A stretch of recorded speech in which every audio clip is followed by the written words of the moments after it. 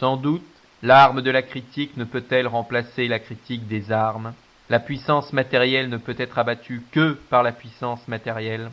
Mais la théorie aussi, dès qu'elle s'empare des masses, devient une puissance matérielle.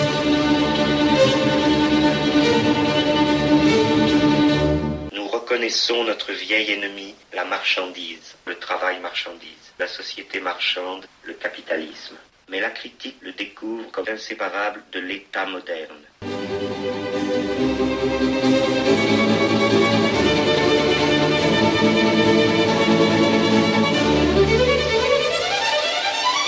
Alors je le dis, parce que c'est la vérité.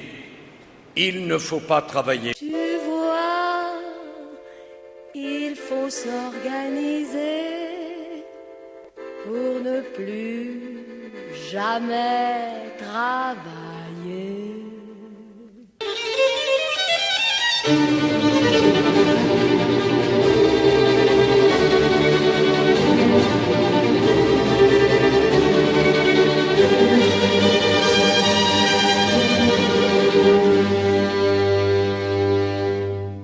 Et donc nous sommes sur Radio Libertaire, la radio sans Dieu, sans maître et sans publicité, pour une nouvelle émission de Sortir du capitalisme consacrée aujourd'hui à l'ouvrage Les chemins du communisme libertaire en Espagne, 1868-1937, et l'anarchisme devint espagnol. Avec l'auteur, Myrtille des Gymnénologues, également co-auteur de Les Fils de la Nuit, Souvenirs de la guerre d'Espagne, avec Antoine Gimenez, paru une première fois aux éditions L'Insomniaque en 2006 et une deuxième fois aux éditions Libertalia en 2016, et également auteur de A Zaragoza o al Charco, Souvenirs de protagonistes libertaires, Aragon 1936-1938, et qui est paru aux éditions L'Insomniaque en 2016. Alors nous avons déjà effectué une émission en sa compagnie au sujet de l'histoire de la Révolution espagnole, de 1936 à 1938-39, et donc on renvoie à cette émission pour un panorama plus large.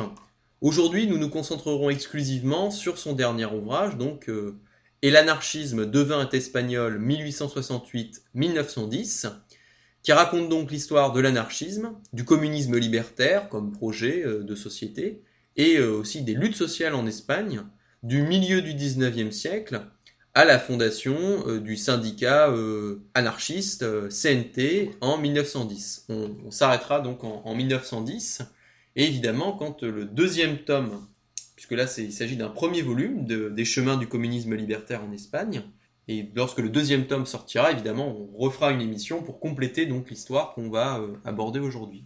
Donc bonjour Myrtille. Salut. Alors voilà, est-ce que tu peux nous parler de cette riche histoire et peut-être même avant nous expliquer d'où vient donc ce livre et pourquoi est-ce que tu t'es intéressé bon, évidemment, tu t'es d'abord intéressé quand même à l'histoire de la Révolution espagnole. Pourquoi est-ce que tu as ressenti à un moment le besoin de revenir longtemps en arrière, de faire une histoire un peu plus longue de la Révolution espagnole? Oui, et puis de revenir surtout sur quelques fondamentaux de cette histoire, de cette lutte sociale, de ce mouvement qui a surgi, qui a pris une importance inédite dans un pays européen, le mouvement anarchiste en Espagne. C'est un processus qui recouvre des classes populaires rurales, urbaines, et se chiffre par plus de millions, 1 million et autres, et bien plus, ça concerne 1 million et plus de personnes, hommes, femmes, je dirais même enfants, puisque des jeunes à cette époque-là, ils travaillaient, des fois à 11-12 ans, ils étaient à l'usine, affiliés à un syndicat et participaient à toutes les bagarres. Donc c'est un mouvement extrêmement puissant qui a laissé une marque profonde, même encore aujourd'hui dans ce pays. Et à force de fréquenter tous ces rescapés de cette histoire-là, soit à travers des récits de gens disparus comme Antoine Gimenez ou des gens qu'on a rencontrés encore après 2006, on s'est dit que ça valait la peine d'approfondir ce projet qui luisait encore dans leurs yeux quand ils en parlaient, qui les avait profondément émus et dont ils estimaient que s'ils avaient été vaincus dans cette guerre civile qui était une guerre sociale, eux, au moins, ils avaient tenté quelque chose, une expérience à dimension assez importante, une expérience sociale qui les animait encore au moment où ils nous parlaient. Donc, à l'origine, je rappelle quand même que les éditions Divergence m'avaient demandé de rééditer une petite brochure, qui était à la base d'un article que j'avais écrit en 2012, qui a été publié dans la revue Sortir de l'économie, et qui s'appelait De la lucha por Barcelona a El elogio del trabajo, l'anticapitalisme des anarchistes et anarcho-syndicalistes espagnols des années 30. Il était question de... il y avait déjà une petite brochure que la Sociale de Montréal avait publiée l'an dernier, qui a circulé à très peu d'exemplaires, dont les éditions Divergence me demandaient de la reprendre sous forme de petits livres. Et à partir de l'origine de cet article, de cette brochure, en fait, c'est deux questions que je me suis posées au fil de mes travaux.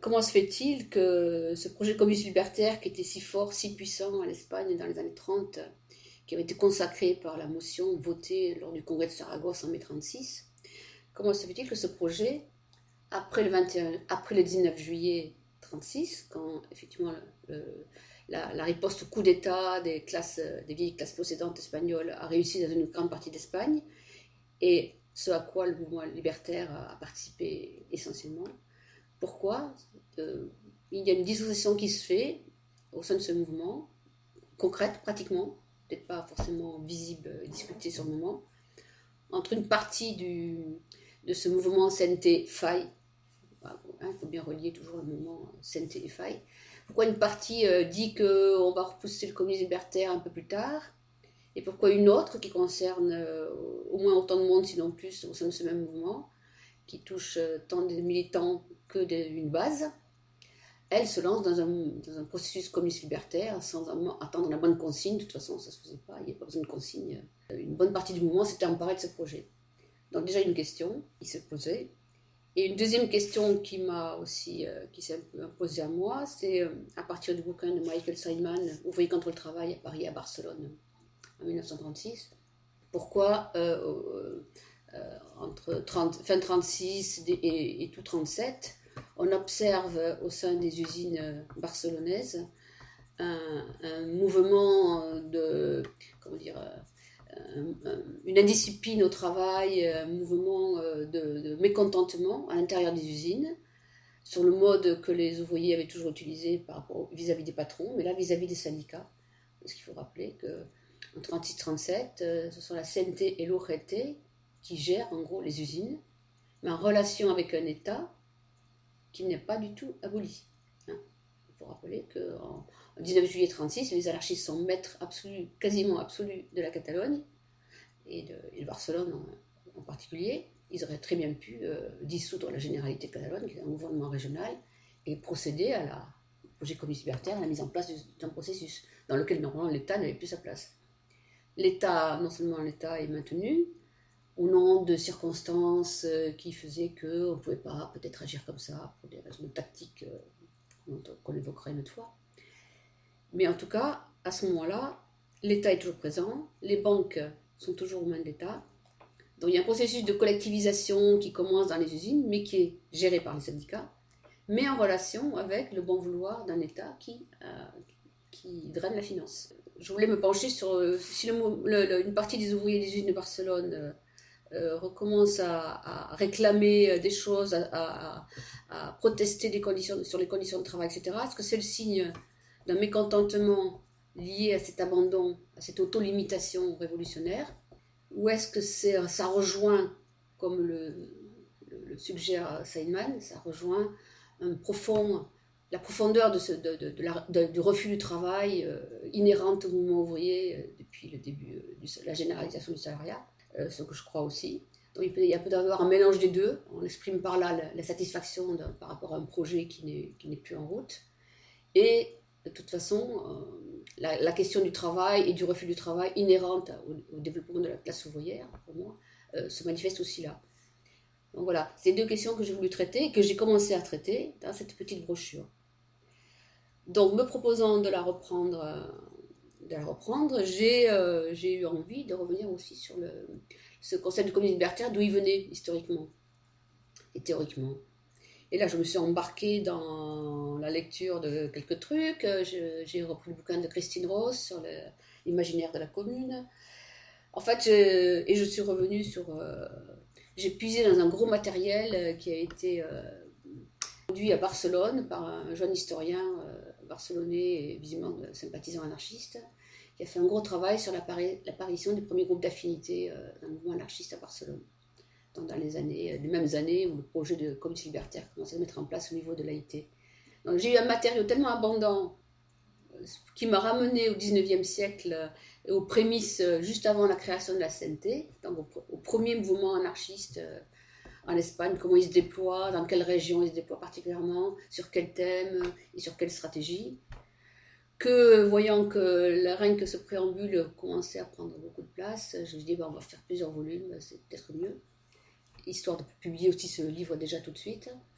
Donc voilà, c'est pour dire que le deuxième volume commencera réellement à aborder la fameuse brochure en question. Et donc du coup, ça t'amène à revenir sur l'histoire, plusieurs histoires finalement, l'histoire du communisme libertaire et du débat avec les collectivistes, qui à la base, l'anarchisme est collectiviste, de chacun selon ses moyens, à chacun selon ses œuvres.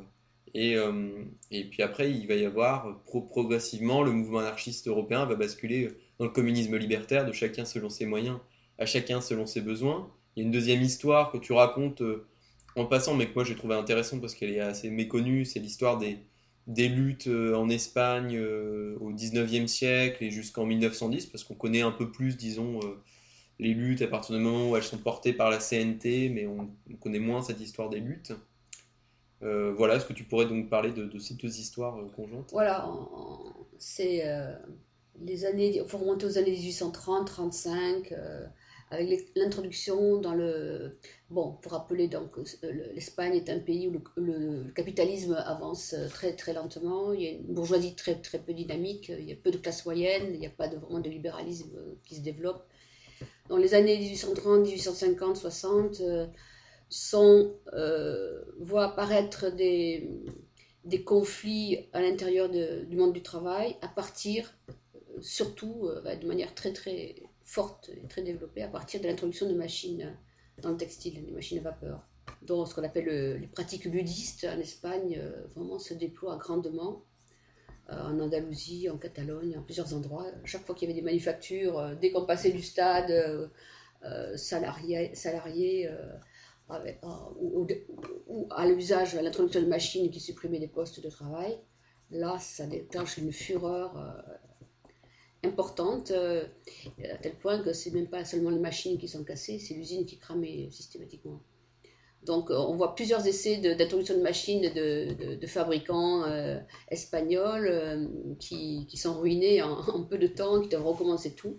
Et ça va jusqu'au point qu'en 1854, des ouvriers particulièrement organisés imposent une loi à l'État de voter une loi interdisant l'introduction de machines, qui votait en 1854, aux grandes dames des patrons.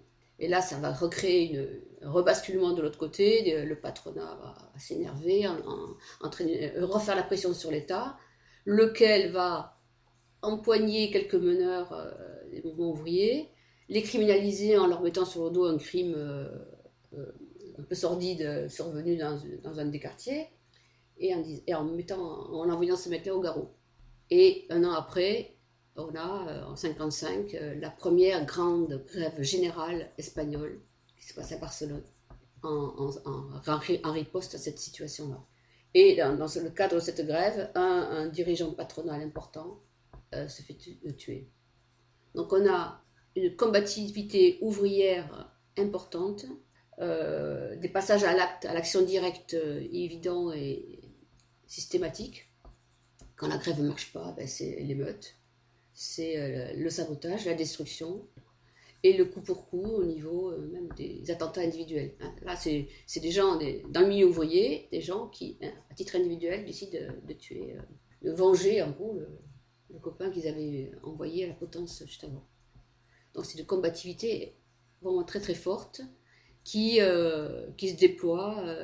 Mais c'est quasiment ce que je rappelle aussi dans ce livre, c'est que si on voit l'histoire sociale de l'Espagne, on assiste à des populations ouvrières et agricoles très très portées à l'émeute. au soulèvement. Et ça date aussi de 1808, en gros le soulèvement populaire contre les armées napoléoniennes. Et avec les brutalités, les exactions que cette armée avait produites, ça a provoqué des soulèvements populaires très forts. Donc pendant longtemps, ces soulèvements populaires apparaissent contre un ennemi particulier. Là, c'était les troupes de Napoléon. Ensuite, c'est contre les conditions de travail, etc. Et se mêlent plus ou moins à une sorte de républicanisme fédéraliste, c'est-à-dire un mouvement qui commence à disputer la place de la monarchie, qui veut introduire une république, qui veut introduire une sorte de libéralisme avec des droits, la politique, etc. etc. Et c'est d'ailleurs un des inspirateurs de ce mouvement qui s'appelle Pierre Marga. Il s'est inspiré de Proudhon, lui-même de Proudhon. On voit tout un soubassement qui a pu à un moment donné intéresser les classes populaires en se disant peut-être qu'avec ces gens-là on aurait une amélioration importante des conditions d'existence. Mais en 1873, lorsque la première république s'instaure, ces gens-là sont au pouvoir. Et là, la population se rend compte qu'ils n'ont aucun programme social, que si eux-mêmes, il y a un grand soulèvement à Alcoy, des ouvriers du papier, mais 10 000 ouvriers du papier qui se mettent en grève, c'est un soulèvement massif. Et là, on envoie la mitraille, on envoie la répression, on envoie des ouvriers au garrot, on envoie des ouvriers en déportation dans les colonies, c'est comme d'hab, quoi. Donc, ils apprennent très vite en Espagne que le biais de la politique est un trompe-l'œil, que république ou monarchie, c'est pas dit que ça ne concerne pas forcément les classes populaires dans leur perspective, quoi. Donc, c'est en eux-mêmes qu'ils doivent chercher la manière d'attaquer un système et la manière de construire un projet social propre. Et puis ils ont aussi un autre contre-exemple, entre guillemets, même s'ils se sont solidarisés d'une certaine façon avec ce contre-exemple, c'est celui de la Commune de Paris, qui va aussi leur montrer que même lorsqu'il y a un soulèvement populaire, lorsque ce soulèvement populaire il en reste à une dimension politique, il est impitoyablement réprimé, et que donc il faut un peu, c'est presque une anti-politique, il faut une révolution sociale anti-politique qui promeut un bouleversement total des conditions d'existence, et pas simplement comme la Commune de Paris, la politique, la Commune de Paris qui avait pas saisi l'argent de la Banque de France, qui n'avait pas vraiment aboli les rapports sociaux capitalistes. Eux, ils portent les classes populaires espagnoles, du moins celles qui se reconnaissent dans les idées anarchistes, vont se méfier à la fois de la République et à la fois d'une espèce d'anarchisme, d'insurrectionnalisme uniquement politique, quoi. Oui, ce que j'ai oublié de dire quand même, c'est que ces idées, dans ce substrat de classe populaire très prête à l'émeute, prête à se soulever de manière très puissante, qui ne fait pas dans la demi-mesure, qui est donc chez lesquels on voit rapidement un anticapitalisme, un anti-étatisme et un anticléricalisme très marqué, parce que dans les émeutes que j'évoque, c'est entrecoupé de destruction de couvents, d'églises, il y a un anticléricalisme extrêmement fort. Tous ces gens-là ont compris clairement où est l'ennemi. Entre les classes possédantes et les classes populaires, il y a presque rien au milieu, il n'y a pas de classe moyenne, le choc est frontal.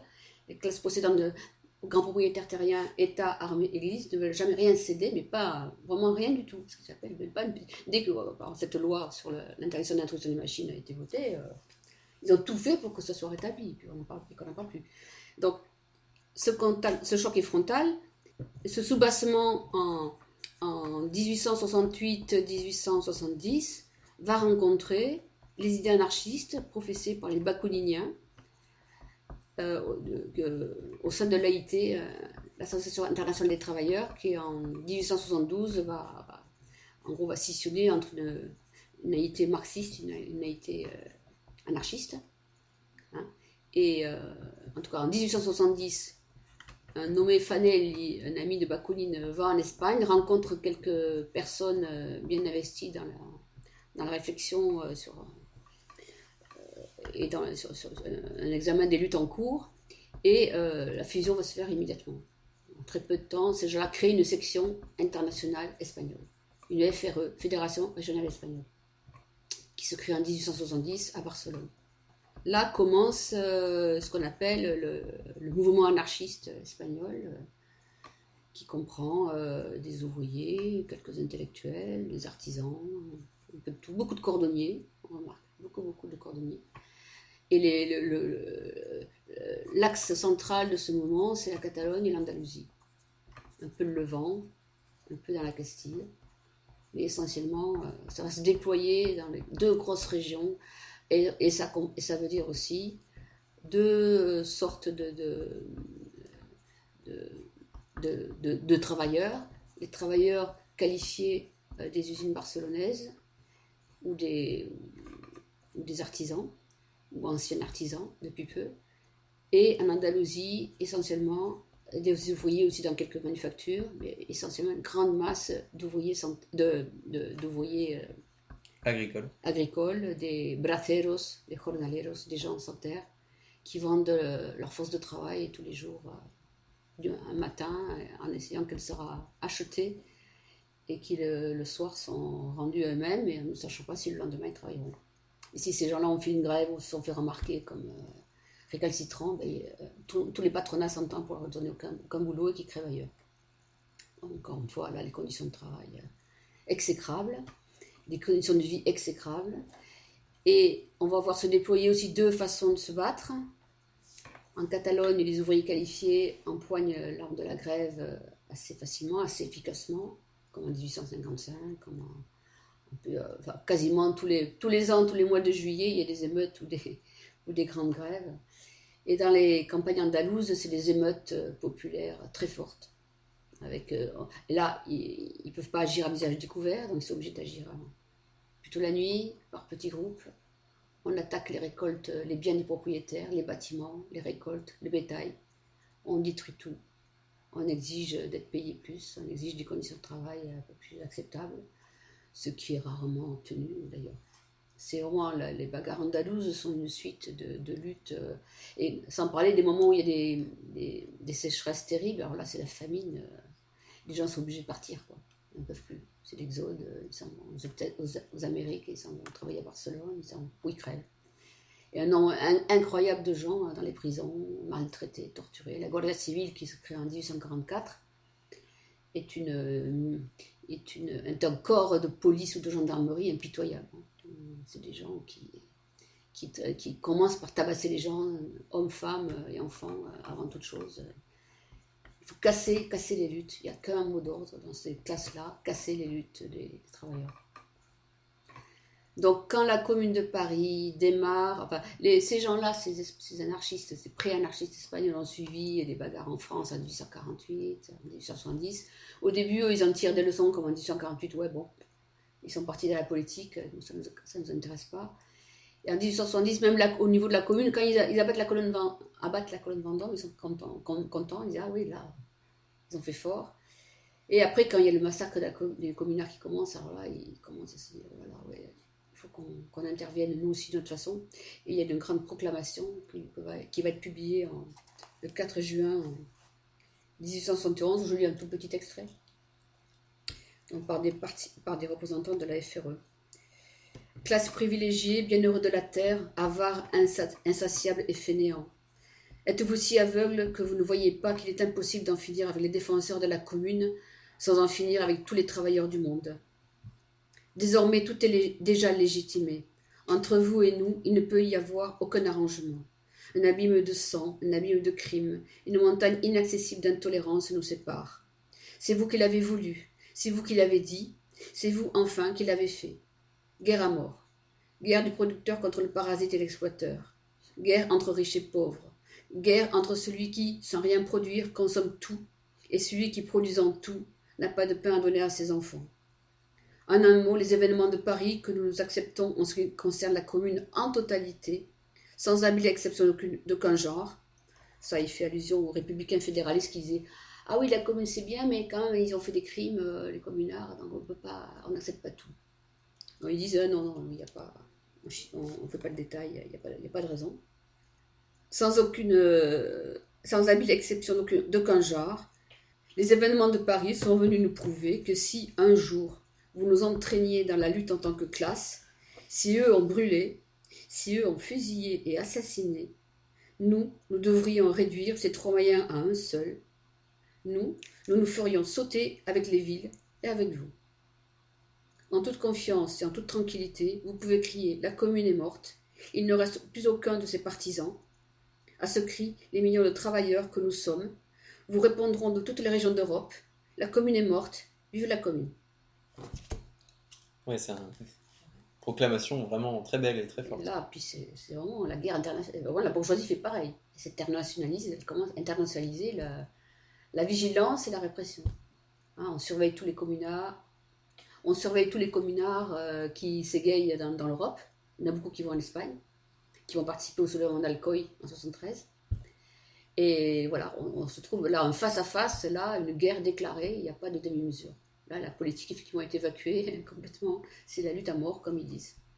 C'est ce qu'on va retrouver d'ailleurs dans après, dans les années 1890, quand tu auras toutes les bombes anarchistes, là, ça va être vraiment la bourgeoisie va aussi faire une guerre à mort contre les anarchistes et le mouvement social révolutionnaire, quoi. Oui, à ce moment-là, bon, on y viendra, mais je dirais que plutôt à ce moment-là, le mouvement ouvrier voit que les grèves bien menées, les manifestations qu'ils tentent de faire, etc., mais ils subissent de répression terrifiantes. Chaque fois, c'est des morts, des dizaines de morts, etc.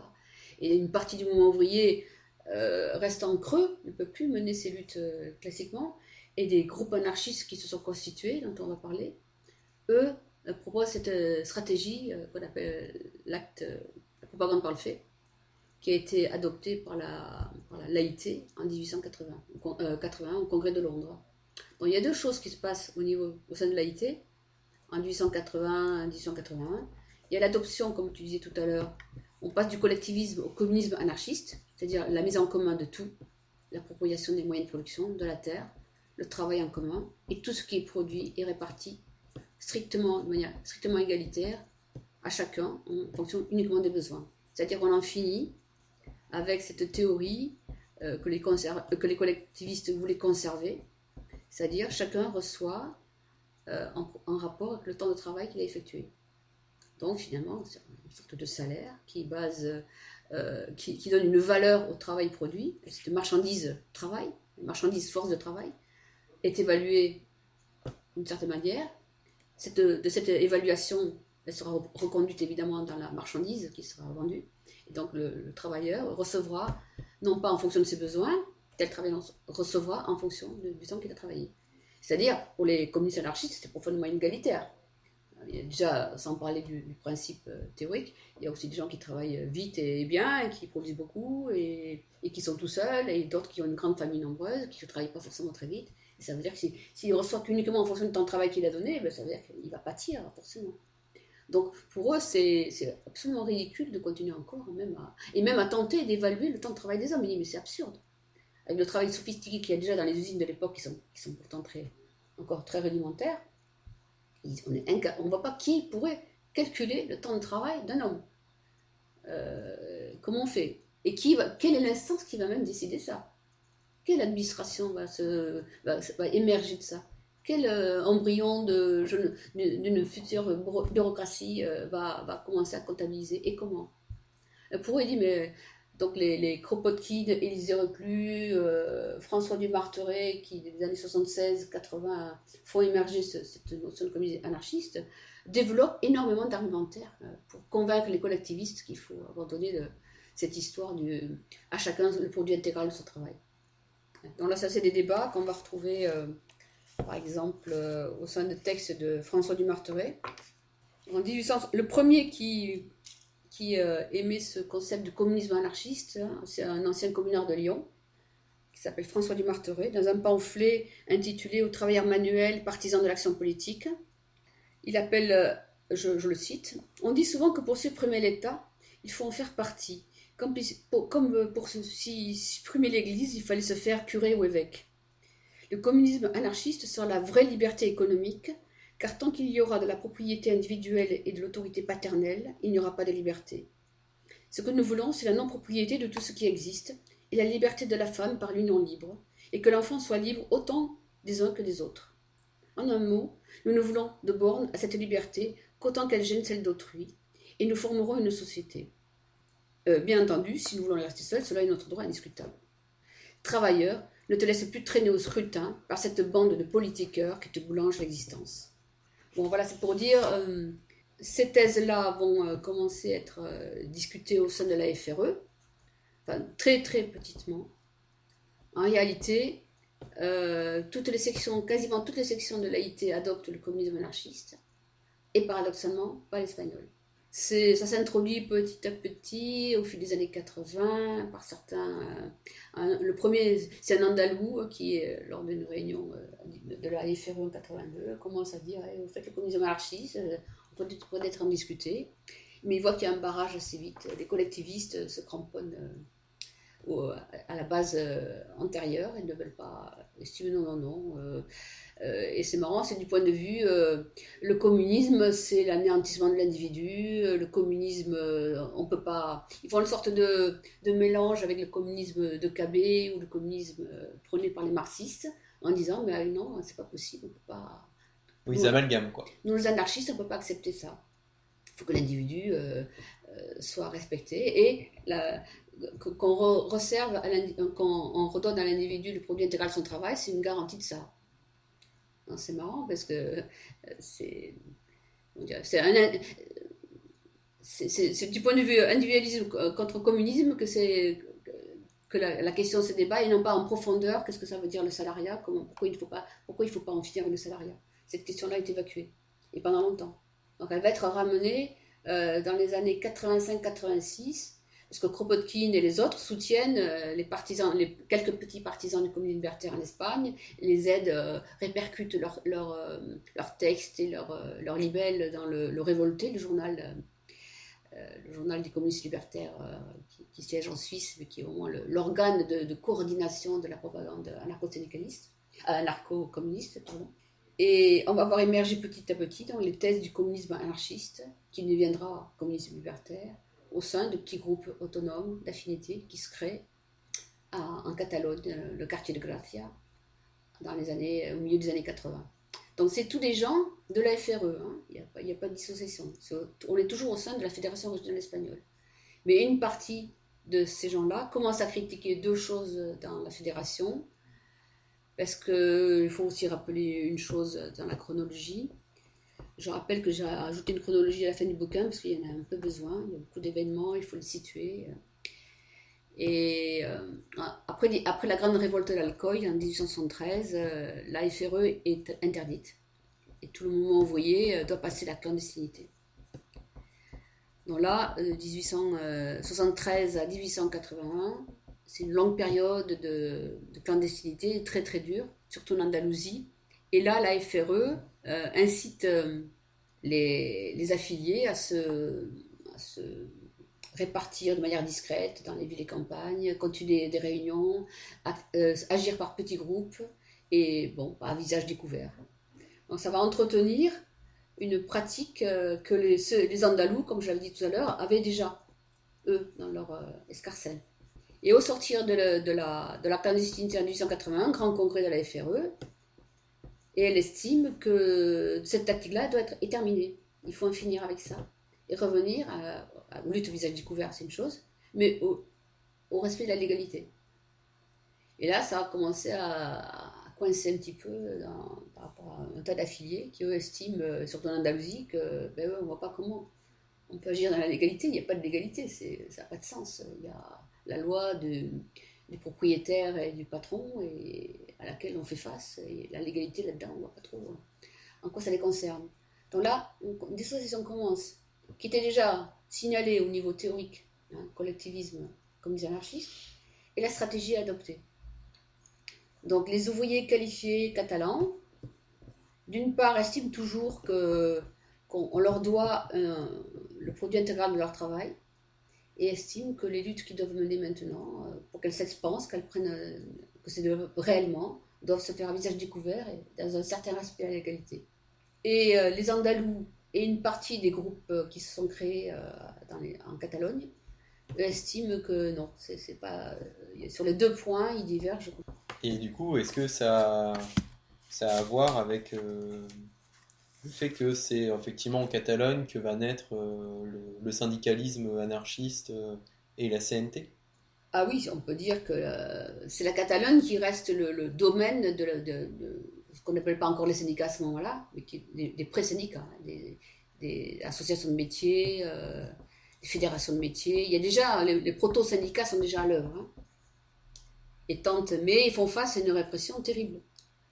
Hein, par exemple, après 1888, les événements de Chicago, etc., dans toute l'Europe, on essaye d'instituer la journée de la grande manifestation du 1er mai. Mais c'est chaque fois avec des pertes effroyables, quoi. Et toujours pareil, les grèves, les conflits sociaux se règlent à la mitrailleuse. C'est très très dur. Dans les petits groupes qui émergent, et ça c'est grâce donc à cet historien de Barcelone qui a beaucoup écrit et mis à disposition tout un matériau sur les premiers groupes anarcho-communistes de Barcelone, que j'ai puisé. C'est là que j'ai puisé tout un historique et toute une histoire qui est visiblement été laissée un peu sous le boisseau par l'anarchisme lui-même. Donc c'est une histoire qui va recouper la période des attentats anarchistes, comme ça va se passer dans le reste en France, en Russie, en Italie. C'est les années 90, c'est les grandes périodes des attentats. Et lui, il explique bien qu'il a fait ce travail pour bien montrer que tous ces jeunes-là qu'on a amalgamés à du terrorisme, en fait, c'était des gens qui avaient une lutte sociale, ils n'avaient pas empoigné que l'arme, la bombe ou le pistolet. C'est des gens qui essayaient de se battre sur tous les plans et qui, n'y arrivant pas, constatant que le désastre généralisé, en était réduit à se défendre coup pour coup. Et donc c'est important de rappeler cette histoire-là qui effectivement est un peu oubliée.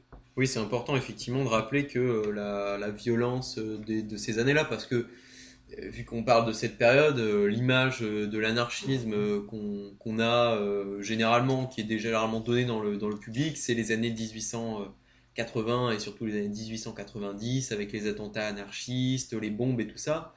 Et on a l'impression que quand c'est présenté de manière décontextualisée, de manière générale, on a l'impression que les anarchistes sont juste des fous furieux qui posent des bombes au hasard et qui veulent tuer des gens. Alors, effectivement, il y a quelques cas où effectivement ça sort un petit peu disons, d'une stratégie de lutte révolutionnaire, mais dans la majorité des cas, c'est une réponse à une violence sociale telle de la part du capitalisme, de l'État et des classes possédantes que quand on respecte la légalité, on se fait torturer, on se fait tuer par les patrons et tout ça, et par la Guardia Civile. Donc à un moment, forcément, ça incite.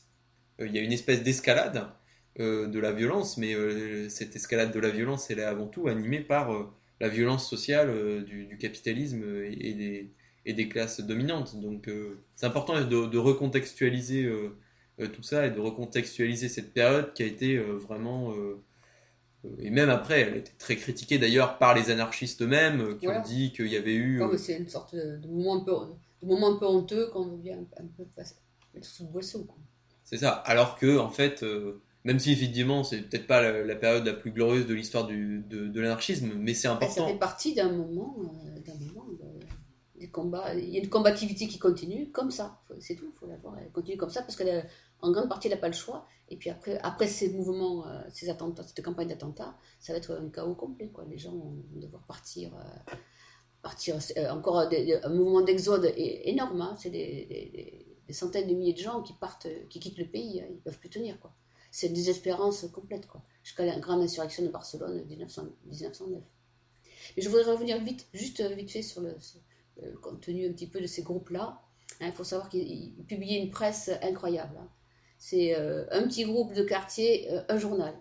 Un journal qui, ils n'ont pas un sou, mais toujours il y a un grand recto verso qui circule, que les enfants vont diffuser dans toute la ville, tous les Athénéos qui accueilleront le texte.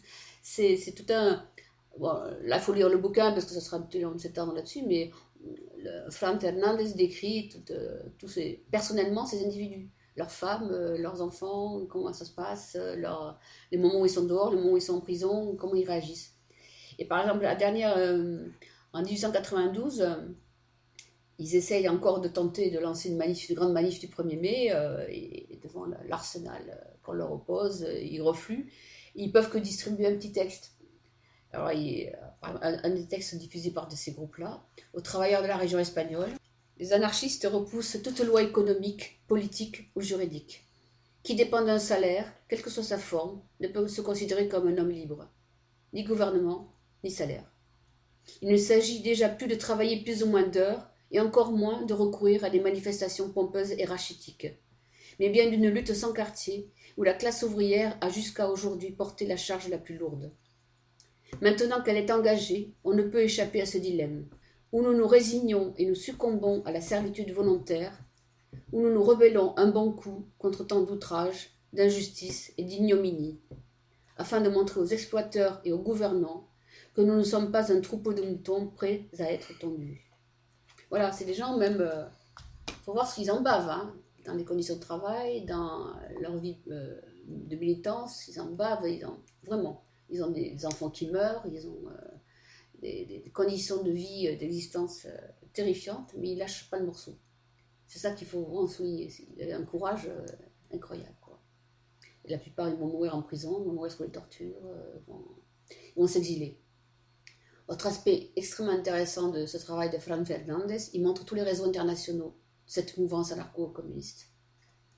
Argentine, Paraguay, Algérie, Cuba, Italie, France. Alors là, avec la France, c'est un réseau permanent de circulation.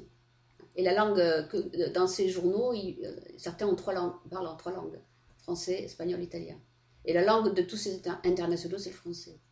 Donc il montre toute cette mouvance, comment ils évoluent. Quand il y en a un qui est poursuivi par la police, pof, il passe en France, il est accueilli, il va s'exiler un moment en Argentine et il revient. Et ça propage les idées du communisme libertaire. Il faut savoir que la FORA, le syndicat anarcho-syndicaliste argentin, sera le premier à adopter le programme communiste libertaire internationalement. Donc même avant la CNT. Et comme dit Fran Fernandez, je le cite, en Espagne, ces propagandistes et ces groupes autonomes impulsèrent et nourrirent des débats, pratiques et projets qui resteront après eux. Le communisme libertaire, ennemi de toute forme de salariat, les groupes d'affinité, la critique de l'organisation fétichisée. Il reste encore beaucoup d'exemplaires de leur intense fureur éditoriale pour en juger. Ils furent dans l'ensemble opposés au syndicalisme anarchiste, mais parmi les survivants, certains s'affilièrent à la CNT, où ils estimaient que le pouvoir était davantage entre les mains de la base que dans les organisations antérieures. Preuve que les polémiques qu'ils avaient provoquées à l'égard de la FRE avaient été utiles.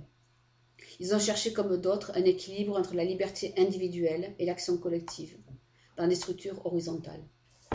Pour dire sur l'importance de ces groupes qui, effectivement, au sein de leur organisation, ont commencé à critiquer. Et moi, ce qui me semblait très parlant là-dedans, c'est que ça me permet de mieux comprendre c'est l'origine de ces 2 courants de l'anarchisme, effectivement, la tendance syndicaliste, anarcho-syndicaliste, et la tendance groupe libertaire, groupe d'affinité, qui vont plus s'intéresser aux luttes dans les zones rurales, à partir d'un communalisme qui était déjà très profond en Espagne, et les syndicalistes qui, eux, vont s'intéresser davantage aux luttes sur le lieu de travail, à l'intérieur de l'industrie, et ils vont de plus en plus laisser un peu de côté les luttes rurales. Donc je comprends maintenant mieux déjà ce qu'il apparaissait dans les années 30, 1930. Je le comprends mieux après ce retour un siècle avant, finalement. Et ça me permet aussi de mieux comprendre les enjeux qui vont aussi se poser dans ces années 30, et par qui le communisme libertaire est bien défendu, par qui il l'est moins, etc. Pour revenir à la question du départ. Oui, ça montre tout l'intérêt d'une histoire longue du mouvement anarchiste et du communisme libertaire, des luttes sociales, des luttes de quartier aussi. On peut dire peut-être un mot. Ah oui, là, le groupe de Gracia, c'est le groupe du quartier de Gracia, hein, c'est un des quartiers ouvriers de Barcelone. Et c'est emblématique, effectivement, de ce processus. Une vie intense de quartier, où on crée des athénés, des écoles rationalistes, des endroits où les gens lisent, écrivent, circulent, où on publie des feuilles, où on peut se planquer, avec des endroits dans le quartier où on peut se planquer quand on est pourchassé par la police, etc. C'est une nuit de quartier qui est vraiment au cœur de la lutte, des luttes populaires de Barcelone. Il faut rappeler que Barcelone, c'est l'usine de l'Espagne. La Catalogne, c'est la capitale de l'industrie espagnole. Et le quartier du Raval, les quartiers vraiment centraux de Barcelone, sont le cœur des bagarres ouvrières. Et des bagarres ouvrières, c'est-à-dire pas simplement dans l'usine, mais dehors. Et donc toutes les familles entières qui s'en mêlent. C'est ça la force de l'anarchisme en Catalogne, c'est centralement, de mon point de vue.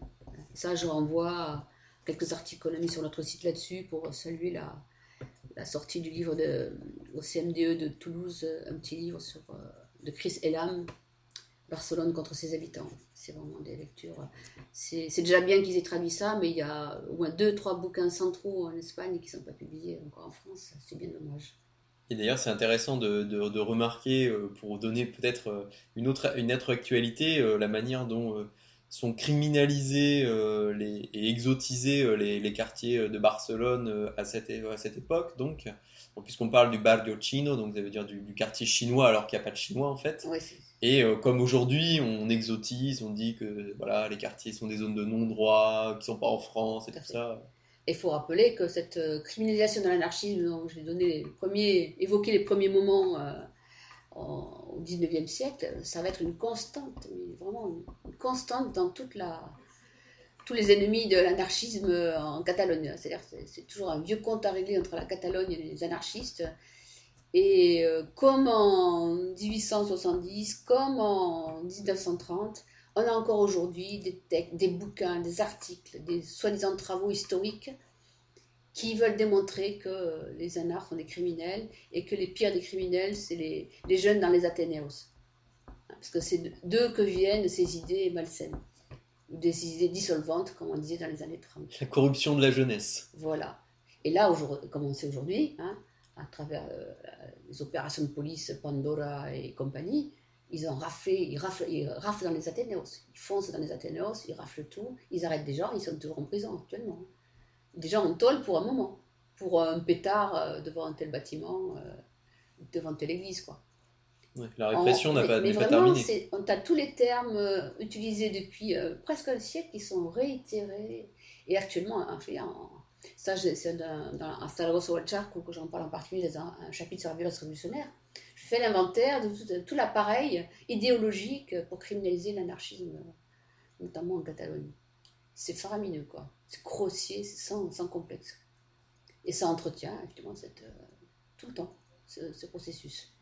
Et comme en Italie, il y a plein de jeunes nanas en prison actuellement pour rien du tout. Et pour revenir peut-être sur la fin de notre période, puisqu'on a dit qu'on s'arrêterait ici en 1910, peut-être c'est important de rappeler quand même rapidement ce qui s'est passé en Espagne en 1909-1910, parce que c'est quand même quelque chose de très important, ce qui s'est passé là-bas, là, c'est ce qu'on a appelé une espèce de semaine sanglante aussi à Barcelone. Est-ce que tu pourrais rappeler ces événements pour conclure? Ouais. C'est ce que j'ai remarqué dans plusieurs livres ou commentateurs de cette époque et après. C'est qu'ils constatent tous une désespérance phénoménale dans ce pays après toutes les luttes sociales de la fin du 19e et la campagne d'attentats, etc. Là, c'est vraiment le blackout complet. Tout le monde un nombre incroyable de gens sont en prison. Ils vont sortir vers 1900 petit à petit. J'en parle un petit peu dans le bouquin. Et il y a un exode rural pire que jamais. Plein de gens foutent le camp du pays, surtout sur les campagnes, mais aussi dans les villes. Des gens, il faut savoir, ils sont mis à l'index, quoi. Il y a des gens qui ne trouveront jamais de travail. Tous les patronats s'entendent pour ne jamais embaucher tels militants, quoi. Donc ils sont obligés soit de changer de nom, travailler comme ça, soit de disparaître à un moment. Donc dans Barcelone, en plus de toute cette plaie, comme tu le sais, il y a des colonies espagnoles, il reste encore des colonies en Espagne. Elle a perdu Cuba en 1898, dans la guerre des États-Unis. Il lui reste encore le Maroc, une partie du Rif. Et là, l'État espagnol continue à envoyer des jeunes conscrits qui ne peuvent pas payer la somme qu'il faudrait pour échapper à la conscription. Les jeunes bourges, les jeunes fils d'eux le font, évidemment. Et tous les jeunes prolos, ils sont envoyés au casse-pipe. Parce que ces guerres au Maroc sont vraiment très mal menées par des fous furieux. La Légion espagnole, et tout, c'est des tueurs, des massacreurs d'indigènes effroyables, quoi. Et c'est des gens, ils provoquent un tel soulèvement populaire que souvent les batailles sont perdues, quoi. Les batailles des Espagnols sont perdues. Et quand ils s'en foutent royalement, comme c'est des troufions, des prolétaires de Barcelone qui crèvent là-dedans, ils n'ont rien à foutre. Ils sont bien contents, limite. Alors, on dirait que vraiment c'est fait pour aussi écouler du prolo, quoi. Et en 1909, il y a un gros embarquement à Barcelone de conscrits et arrive la nouvelle d'une grande bataille massacreuse où il y a des milliers et milliers de jeunes qui sont morts. Et là, la population, ouf, là, c'est le soulèvement général de Barcelone. Là, tous les quartiers populaires dressent, comme on le sait, la barricade. Hein, c'est le premier acte par lequel on commence une émeute, c'est on monte une barricade. Tous les quartiers populaires sont hérissés de barricades. La population est dans la rue. Elle se procure des armes. Elle attaque des endroits où elle arrive à se procurer des armes. Une partie même de gens qui sont censés les réprimer passe avec eux. Il y a vraiment une insurrection qui va durer plus d'une semaine. Mais une insurrection qui ne réclame rien de particulier. C'est-à-dire, on n'en peut plus, quoi. Et puis surtout, la seule chose qu'ils veulent, c'est empêcher les gens de partir dans les bateaux. Ça, oui, ils empêchent les bateaux de partir. Mais après, c'est l'explosion de colère, de révolte pure. Donc, il n'y a pas... Même les syndicalistes, à cette époque-là, ils essayent de proposer une structure, des réclamations, etc. Mais c'est balayé maintenant. Personne ne veut rien sinon en finir avec ce système pourri, quoi. Donc ça dure... bon, on dit qu'il y a eu beaucoup d'églises et de couvents qui ont été attaqués, de fait, mais par exemple, il y a eu peu d'usines attaquées. C'était pas une lutte dans les lieux de travail. Dans et contre le lieu de travail ou le patronat. C'est une explosion d'exaspération énorme, quoi. Par contre, ouais, l'église prend toujours, dans ce cas-là. Très symboliquement, elle prend toujours. Oui, parce que c'est la défenseuse des classes possédantes. Mais c'est effectivement celle qui empêche les jeunes d'étudier, c'est celle qui contraint, qui justement elle aussi qui prend la tête des jeunes, qui leur remplit la tête de conneries, qui maintient l'analphabétisme. On lui reproche une grande partie de tout ce dont on souffre. Et à raison. Et à raison. Et du coup, c'est l'église, justement, c'est elle qui va exécuter Francisco Ferrer. Ben, pas elle, c'est tout l'establishment. Justement, pour en revenir, il faut aussi accuser une tête pensante avant tout. Théorie du complot, presque. Oui, non, mais c'est plus les idées dissolvantes viennent de là. C'est pas ceux qui étaient dans la rue bien sûr, ils vont exécuter un tas de personnes. Et symboliquement, surtout, tous ceux qui étaient passés du mauvais côté. C'est-à-dire des gens de la police ou de l'armée qui, au lieu de tirer sur les ouvriers, étaient passés de leur côté. Alors ceux-là, on les soigne particulièrement. Il faut symboliquement les exécuter devant tout le monde. Ça c'est pas permis. Et après, l'establishment décide de condamner Francisco Ferrer y Guardia d'être l'âme de l'émeute. Il le flingue, le juge et le flingue en très peu de temps. Donc, il était le fondateur justement des écoles rationalistes. Ce qu'on appelle l'école moderne qui se développait largement en Espagne et qui va être reprise, qui continuera sans lui, sans problème. Et du coup, pour finir, moi j'avais envie de poser une question un peu naïve, mais pourquoi la fondation de la CNT en 1910, pourquoi ça se fait à ce moment-là ? Petit à petit, avant, en 1907, il y a ce qu'on appelle la Solidaridad Obrera, une organisation qui se crée, qui va ensuite avoir un journal, et un regroupement des partisans du syndicalisme. Il faut dire, ces gens-là, ils n'arrêtent jamais, quoi. Il y a des moments de creux, mais il y a toujours une partie de gens qui retentent quelque chose. Et là, en ramassant les morceaux, en réprimant un petit peu les souffrances et les afflictions, hop, ils essayent. Donc ils montent ce groupement de travailleurs, une sorte de pré-syndicat, qui en 1910, qui ne contient pas que des anarchistes. Hein. Tout ça, c'est inter-mouvement ouvrier. Il y a des socialistes, l'UGT existait déjà depuis 1888, donc tu trouves des éléments socialistes et des républicains dans ce réseau-là. En 1910 se crée la Confédération nationale du travail, mais qui n'est pas qu'anarchiste, il faut le savoir. C'est pour ça que d'ailleurs... Plus tard, elle n'adopte pas le programme communiste libertaire encore. C'est après, en 1919. Pourtant, le deuxième congrès, la CNT, 1919, où il y a une formulation qui indique qu'ils ont un projet, le projet qu'ils adoptent, c'est le communisme libertaire. Et là, et après une très grande grève de la CNT victorieuse qui va vraiment multiplier les adhésions, là, le mouvement puissant de la CNT commence réellement en 1919. On en reparlera justement dans une prochaine émission. Donc merci Myrtille de nous avoir parlé de ce livre. Donc je rappelle, Les chemins du communisme libertaire en Espagne, 1868-1937. Et là, donc on parlait du premier volume, Et l'anarchisme devint espagnol, 1868-1910, donc paru aux éditions Divergence. Et qui va sortir cette semaine. Et qui sort donc précisément en mai, en mai 2017. Fin mai 2017. Voilà. Et merci Myrtille.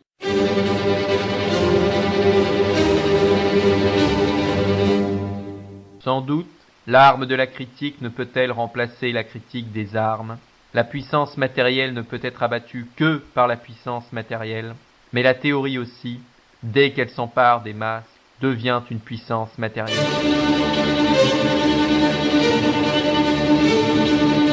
Nous reconnaissons notre vieil ennemi, la marchandise, le travail marchandise, la société marchande, le capitalisme. Mais la critique le découvre comme inséparable de l'État moderne.